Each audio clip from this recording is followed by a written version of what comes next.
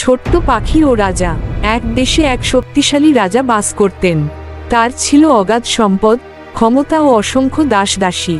কিন্তু এত কিছু থাকার পরও তিনি সবসময় চিন্তিত ও অসন্তুষ্ট থাকতেন।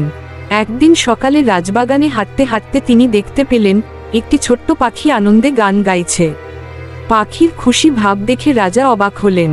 তিনি ভাবলেন, আমি এত ধনী হয়েও শান্তি পাই না, অথচ এই ছোট্ট পাখি এত আনন্দে আছে কেন? তিনি পাখিটিকে জিজ্ঞেস করলেন, তুমি এত খুশি কেন?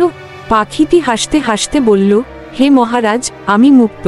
আমি সূর্যের আলোয় জাগি, খোলা আকাশে উড়ি, মিষ্টি ফল খাই আর বাতাসের শীতল পরশ উপভোগ করি। আমার কোনো ধন সম্পদ নেই, প্রাসাদ নেই, তবু আমি সুখী, কারণ আমি স্বাধীন। রাজা দীর্ঘশ্বাস ফেললেন, আমার সব আছে, কিন্তু আমি সুখী নই। আমিও যদি তোমার মতো মুক্ত হতে পারতাম। পাখিটি মৃদু হেসে বলল, আসল সুখ ধন সম্পদে নয়, বরং চিন্তামুক্ত মনে। জীবনকে সহজভাবে গ্রহণ করো, ছোট ছোট আনন্দগুলোকে উপভোগ করো, তাহলেই তুমি প্রকৃত সুখ খুঁজে পাবে। পাখির কথা শুনে রাজা গভীরভাবে ভাবলেন। এরপর থেকে তিনি জীবনের ছোট ছোট সুখকে উপভোগ করতে শুরু করলেন, আর ধীরে ধীরে তিনি সত্যিকারের সুখ খুঁজে পেলেন।